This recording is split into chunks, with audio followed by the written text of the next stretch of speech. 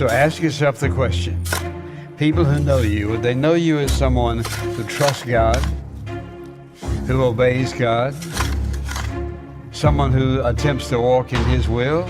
Or do they just know you as a person who sort of just does whatever comes naturally, and you want to be happy and you want to be successful and you want to fit into the ways of the world? God did not allow you to be born just to do any old thing you wanted to do. That wasn't His plan. Watch carefully as the Apostle John defines darkness in his context. Darkness comes in a lot of different ways, but what John's talking about here is understanding the work of the Holy Spirit in your life. If you will acknowledge that work and agree with what the Holy Ghost is doing in your life, you won't walk in darkness.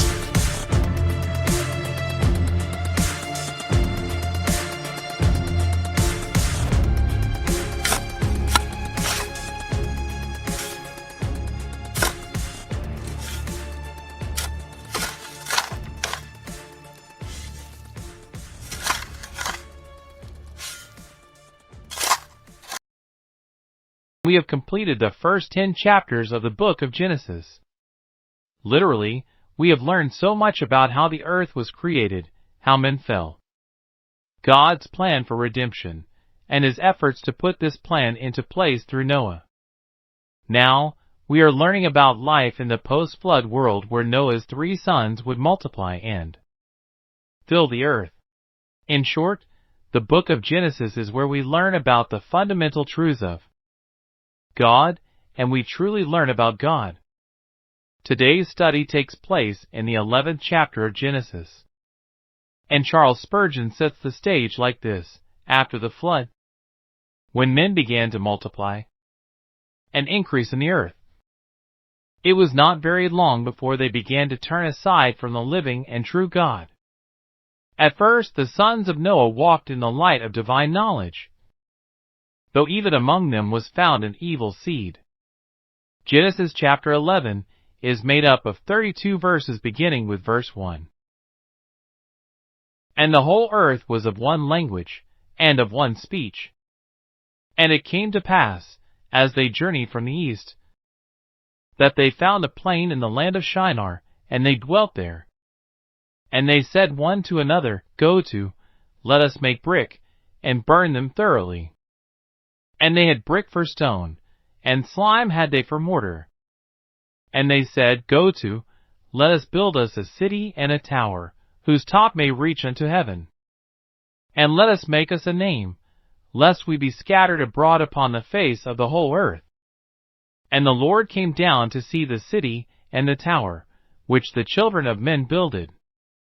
And the Lord said, Behold, the people is one, and they have all one language. And this they begin to do. And now nothing will be restrained from them, which they have imagined to do. Go to, let us go down, and there confound their language, that they may not understand one another's speech. So the Lord scattered them abroad from thence upon the face of all the earth. And they left off to build the city. Therefore is the name of it called Babel, because the Lord did there confound the language of all the earth. And from thence did the Lord scatter them abroad upon the face of all the earth. These are the generations of Shem. Shem was 100 years old, and begot Arphaxad 2 years after the flood. And Shem lived after he begot Arphaxad 500 years, and begot sons and daughters. And Arphaxad lived 35 years, and begot Sulla. And Arphaxad lived after he begot Sulla 403 years, and begot sons and daughters. And Sulla lived 30 years, and begot Eber. And Sulla lived after he begot Eber 403 years, and begot sons and daughters. And Eber lived 34 years, and begot Peleg. And Eber lived after he begot Peleg 430 years, and begot sons and daughters. And Peleg lived 30 years, and begot Reu. And Peleg lived after he begot Reu 209 years, and begot sons and daughters. And Ru lived 32 years, and begot Serug. And Ru lived after he begot Serug 207 years, and begot sons and daughters. And Serug lived 30 years, and begot Nahor. And Serug lived after he begot Nahor 200 years, and begot sons and daughters. And Nahor lived 29 years, and begot Terah. And Nahor lived after he begot Terah 119 years, and begot sons and daughters. And Terah lived 70 years, and begot Abram, Nahor, and Haran. Now these are the generations of Terah. Terah begot Abram, Nahor, and Haran begot Lot. And Haran died before his father Terah in the land of his nativity, in Ur of the Chaldees. And Abram and Nahor took them wives. The name of Abram's wife was Sarai. And the name of Nahor's wife, Milcah, the daughter of Haran, the father of Milcah, and the father of Iscah. But Sarai was barren, she had no child. And Terah took Abram his son, and Lot the son of Haran his son's son, and Sarai his daughter-in-law, his son Abram's wife. And they went forth with them from Ur of the Chaldees, to go into the land of Canaan. And they came unto Haran, and dwelt there. And the days of Terah were 205 years, and Terah died in Haran. Genesis chapter 11 is made up of 3 sections: the story of the Tower of Babel, the genealogy from Shem to Abram, and the life of Terah, Abram's dad. Verse 1 is clear that man has yet to spread across the earth into nations and tribes. And the language spoken was just one language. The whole earth had one language and speech. As discussed in chapter 10, the sons of Noah would go forth and multiply the earth. And this would happen when the brothers would split, as each one would become fathers of respective nations and tribes. We at Diggin Deeper subscribe to the biblical narrative in that mankind does originate from Adam, so the idea that one language was spoken should not come as a surprise. In chapter 10, we learned about a kingdom, Babel, in the land of Shinar. Here, what we see is the descendants that came from the ark building a great city and tower as a rebellion to what God has commanded: be fruitful and multiply, and fill the earth. The men that were building this tower used baked bricks and asphalt as mortar, which was strong and waterproof. And research reveals that this was the same material used to waterproof the ark. As interesting as building the tower is comes the fact that these men were building a waterproof tower, which illustrates they did not believe God when He said He would never destroy the earth with a flood. This is something that I had never caught before. But this is why we have to continue to dig into the Word of God. The idea, according to the Scriptures, was the tower would go into the heavens. And while it's hard to imagine the tower going to heaven, it could indeed be used to look into heaven. These people were arrogant, and they wanted to make a name for themselves, so while God did destroy the old earth as a result of sin, the new earth was seemingly becoming similar to the old earth. God coming down to see the city. And tower probably does not mean He physically came down, or even visibly, as God can see all things, but this is an example of anthropomorphism. As discussed previously, this occurred much in ancient writings, as human characteristics of behavior are attributed to a god, or God, and this is what is happening here. Personally, I believe that God is scoffing at the idea of man being able to prevent Him from doing His will, so He is playing along. God does say that nothing is impossible unto these men, meaning, when they are united there can accomplish many great things. This principle still applies today. But what we must understand is, more times than not, the hearts of humans are corrupt, so a group of people determined and united together to do evil is not a good thing. And when God says let us go down, this is a reference to the Trinity.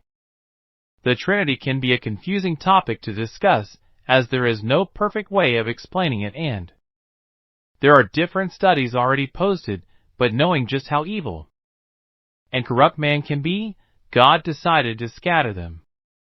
By scattering them, this was not necessary judgment, but he divided these men in an effort to put a check on what they could accomplish. These men were divided with both their language and location. It's crazy to think about a lot of this stuff, especially language, because it is so deep and fascinating, but it's clear that man did not invent language as though it's ingrained into us. When these people were scattered, it must have been like pioneers, as they had to search for land and areas where they could live and survive.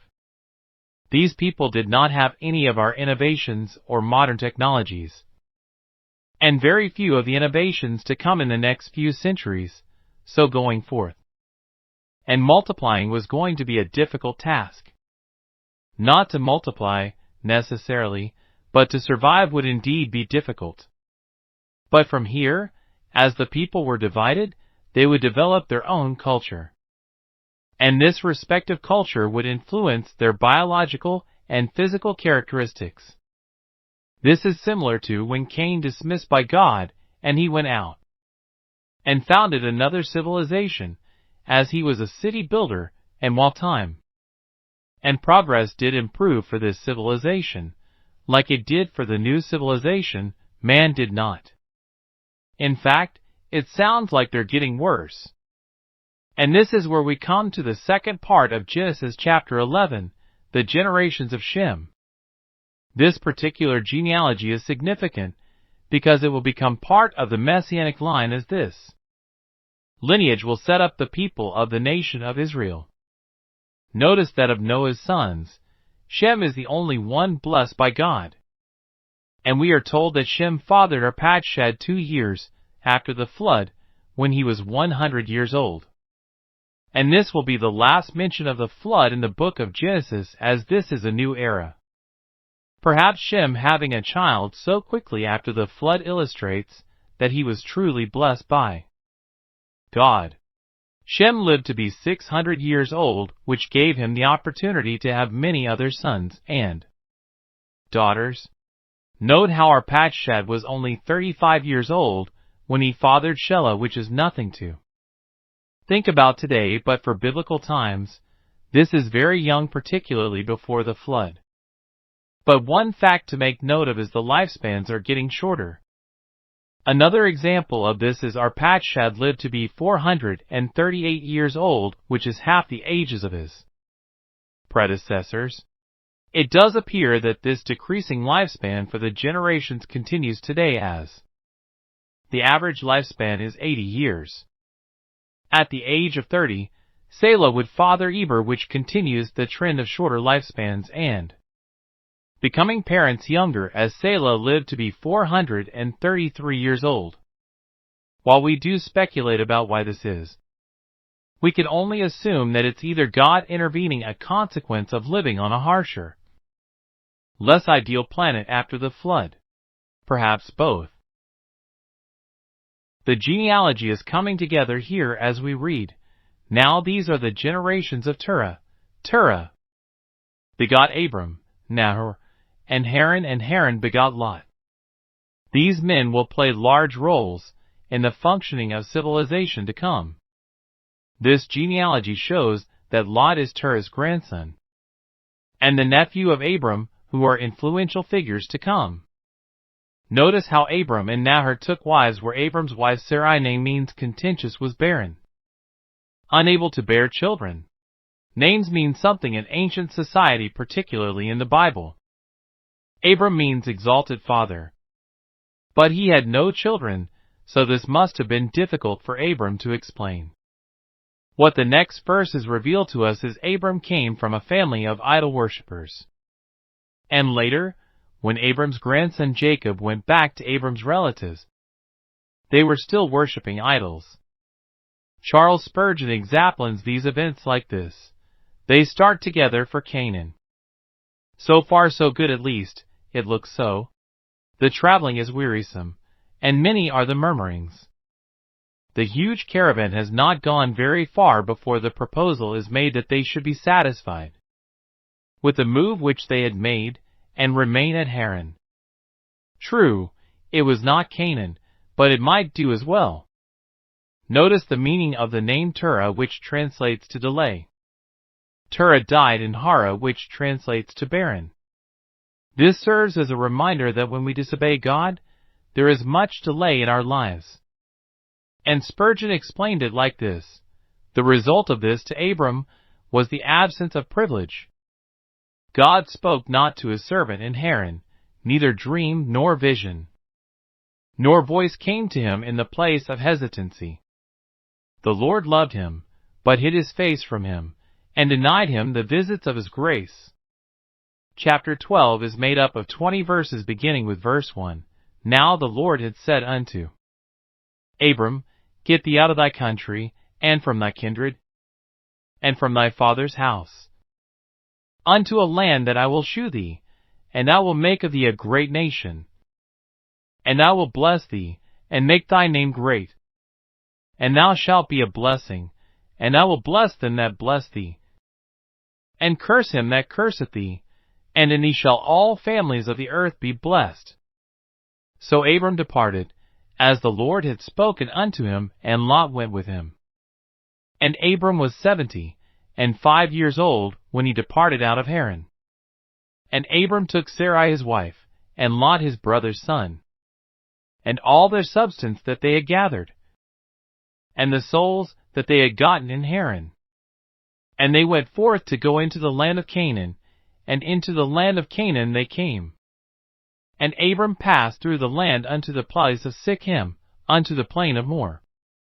And the Canaanite was then in the land. And the Lord appeared unto Abram, and said, Unto thy seed will I give this land. And there builded he an altar unto the Lord, who appeared unto him. And he removed from thence unto a mountain on the east of Bethel, and pitched his tent, having Bethel on the west, and Hai on the east. And there he builded an altar unto the Lord, and called upon the name of the Lord. And Abram journeyed, going on still toward the south. And there was a famine in the land. And Abram went down into Egypt to sojourn there, for the famine was grievous in the land.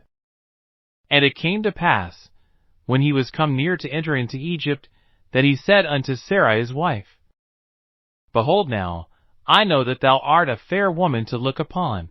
Therefore it shall come to pass, when the Egyptians shall see thee, that they shall say, This is his wife. And they will kill me, but they will save thee alive. Say, I pray thee, thou art my sister, that it may be well with me for thy sake, and my soul shall live because of thee. And it came to pass, that, when Abram was come into Egypt, the Egyptians beheld the woman that she was very fair. The princes also of Pharaoh saw her, and commended her before Pharaoh. And the woman was taken into Pharaoh's house. And he entreated Abram well for her sake, and he had sheep and oxen, and he asses, and menservants, and maidservants, and she-asses, and camels. And the Lord plagued Pharaoh and his house with great plagues because of Sarai Abram's wife. And Pharaoh called Abram and said, What is this that thou hast done unto me? Why didst thou not tell me that she was thy wife? Why saidst thou, She is my sister? So I might have taken her to me to wife. Now therefore behold thy wife, take her, and go thy way. And Pharaoh commanded his men concerning him, and they sent him away, and his wife, and all that he had. Verse 1 is clear that Abram must leave something behind before he is able to obtain the promises of God, and here he must leave behind land. This had to have been difficult because Abram had to leave his family. Genesis chapter 12 verses 1 through 3 repeats a promise that God had said to Abram. God repeated the promise now that his father was dead, and Abram was compelled to a more complete obedience. But the promise was not taken away due to only partial obedience from Abram. But the promise was delayed, And this is a principle that many of us experience today. God tells Abram that he will make his name famous, which he does, as Abram's story is only beginning. In chapter 11, we read a lot about the plans of man. But in chapter 12, at least to this point, we see God's plans. We read a lot about I will, God will. And if God says something, then it will happen, eventually. But as with Abram, like for each of us, in God's timing. We are not always ready at the exact moment for the promise, but God's timing is best. It's important to remember that Abram's dad, Terah, was not a Christian and worshiped false gods, so it's probably safe to assume that Abram's beliefs were pagan. But we cannot be certain about this. God does instruct Abram to leave the land, but he also promised to give him land. And from this land will a great nation be made. In Genesis 11 verse 30, the reader hears that Sarai is barren. This seemingly small detail in the genealogy of chapter 11 becomes a point of narrative tension in Genesis 12, when the Lord promises that Abram and his descendants will become a great nation. Again, God's promises will be met, and our actions do determine such promises. These promises were made to Abram, but they were based on obedience from Abram. And one was God blessing those who bless Abram, and it's through Abram that we are blessed. Not only was Abram promised blessing, but God also promised to make him a blessing, even to the point where all the families of the earth would be blessed in Abram. We read about Lot going with Abram. And while Abram was obedient to go out of this land, he takes Lot with him, so it's hard to say this was full obedience. And this happened at the age of 75, so Abram was not young when he left, so I imagine that it was probably even more unheard of for Abram and Sarai to have children. Abram came into Canaan as a stranger. And once there, he would come upon a notable oak tree known as the Oak of More. More is Hebrew for teacher. And it was common for cults to use nature, particularly trees, for messages from their gods. God does appear to Abram once they arrive in Canaan. And while Abram never owned any of this land, God's promise was enough evidence to assure Abram that he did indeed own the whole country.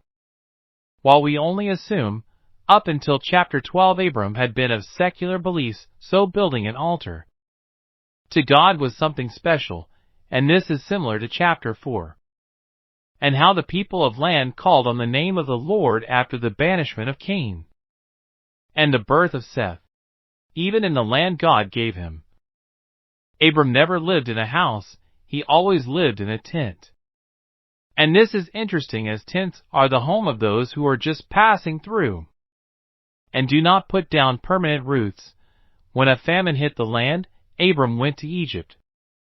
But Abram was wrong in thinking God would not provide for his needs in the place where God called him to live. God did protect Abram while in Egypt, but this was not part of the instructions. And we will learn, Abram came away with extra baggage. It is important to read verses 11-13 together to understand the full context of the scene which unfolds.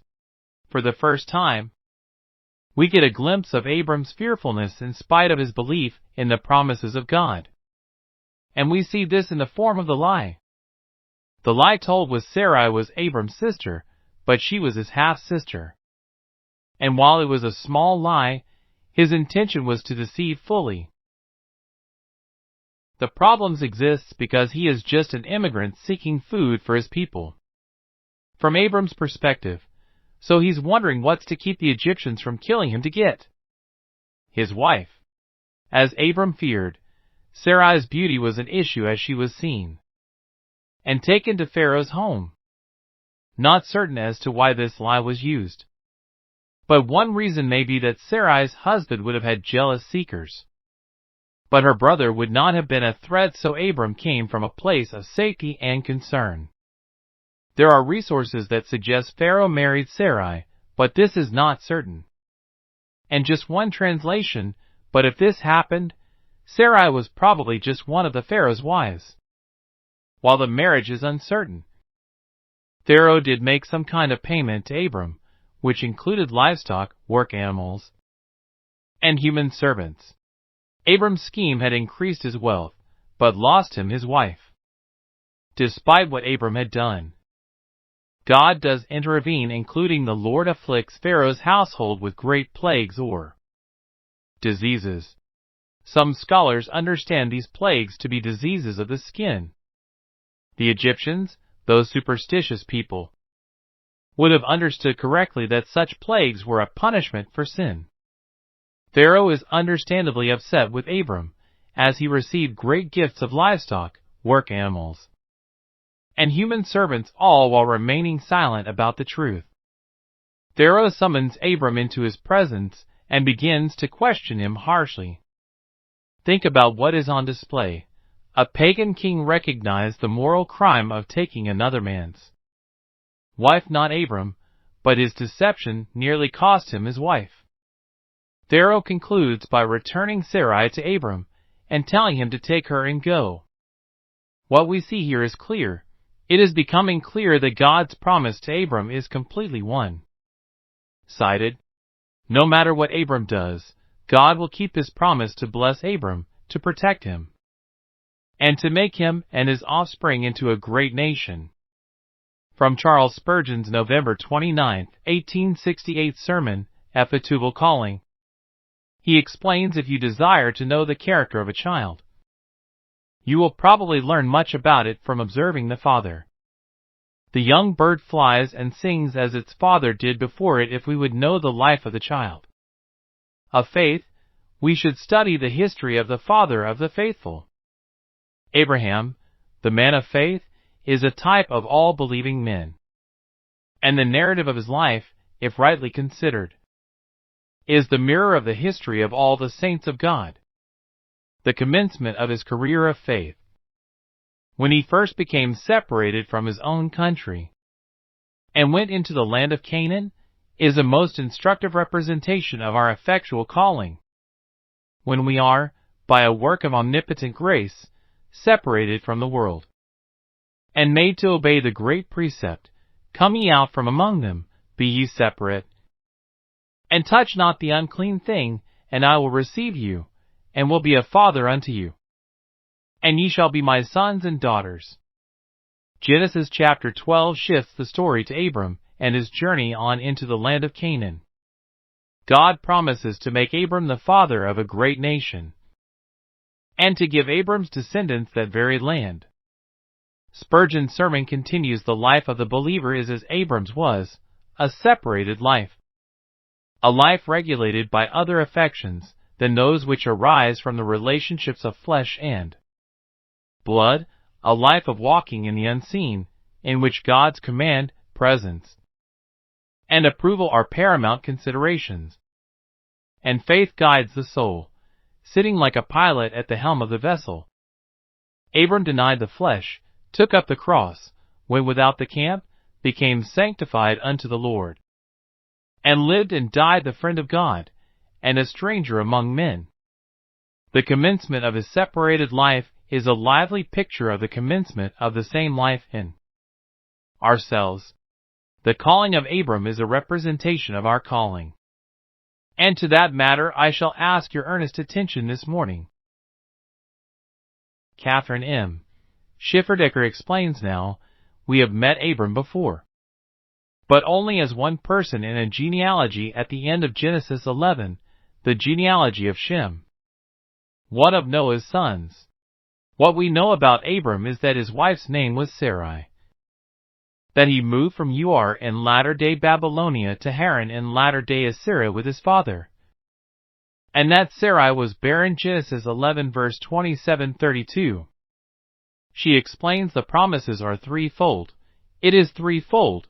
Descendants, I will make of you a great nation. Genesis 12 verse 2. Land to your offspring, I will give this land. Genesis 12 verse 7. Blessing, I will bless you and make your name great, so that you will be a blessing. Genesis 12 verse 2. This promise is pure grace. but it may offend many modern readers. We who want everything to be fair are affronted by the idea of election. Why would the God of the whole cosmos, the Creator God, choose one particular human being, one particular family, one particular nation, above all the other families, nations on earth? Does God play favorites? Further, God's promise to Abraham in Genesis 12 sustains Abraham and Sarah and their descendants in faith even when they don't see its fulfillment. The promise to Abraham establishes him and his descendants as conduits of God's blessing for the whole world. And through this promise, God binds God's self to this people forever. For these reasons and more, Genesis 12 is a key text on which to dig deeper into. Again, what we see is God blessing Abram even when he didn't do what he should. God continued to protect Abram, even when Abram acted like a liar. God did not call back his promise to Abram, because the promise depended on God and not on Abram. Spurgeon continued, "Ye have been reading the whole of the story, and therefore I shall only need to refresh your memories with it. Read carefully the last verses of chapter 11 and the whole of chapter 12, and get the thread of the story." Abram's call was, in the first place, the result of the sovereign grace of God. The world, as a whole, was lying in heathenism. Men had gradually gone astray from the one God to the worship of graven images. Here and there might be an exception, as in the case of a Job or a Melchizedek, but thick darkness covered the people. God determined that he would select one family which should afterwards grow into a distinct nation to be the conservators of the true faith. Why he selected Abram, he himself only knows, for we know that Terah, the father of Abram, had declined into the worship of false gods. And from Spurgeon, but let's end here with his sermon, he call of Abram, in the next place, was divinely applied and enforced. We neither read that an angel called him, nor a prophet, nor that he came out of Ur of the Chaldees, by the motion of his own mind spontaneously. The God of glory appeared unto our father Abraham, says Stephen in his dying address, when he was in Mesopotamia, before he dwelt in Charan. There was made to his mind a remarkable revelation of the existence and the character of the one only true God. And then after he had been enlightened, so that he knew in his inmost soul the existence and glory of Jehovah, then the message came, perhaps in audible sounds, perhaps by a forcible impression upon his mind, "Get thee out hence from thy kindred, and from thy father's house." Now mark, that in every gracious call by which a man is truly saved, the call comes immediately from God himself. As we see in the 12th chapter of Genesis, we see elsewhere and is present still today. And that is God's use of flawed people, whom he blesses despite their sin, is a crucial point in understanding our relationship to the Lord. Thank you for joining me today. But we have reached the end of our Bible study today for Genesis chapter 12. We have experienced many great firsts in the first 11 chapters of Genesis, so there is no telling what the next studies will reveal, so join us next time for our Bible study here on Diggin. Deeper as we simply dig deeper into the Word of God. I am your host Billy Ray Parrish, and until next time, stay safe and God bless.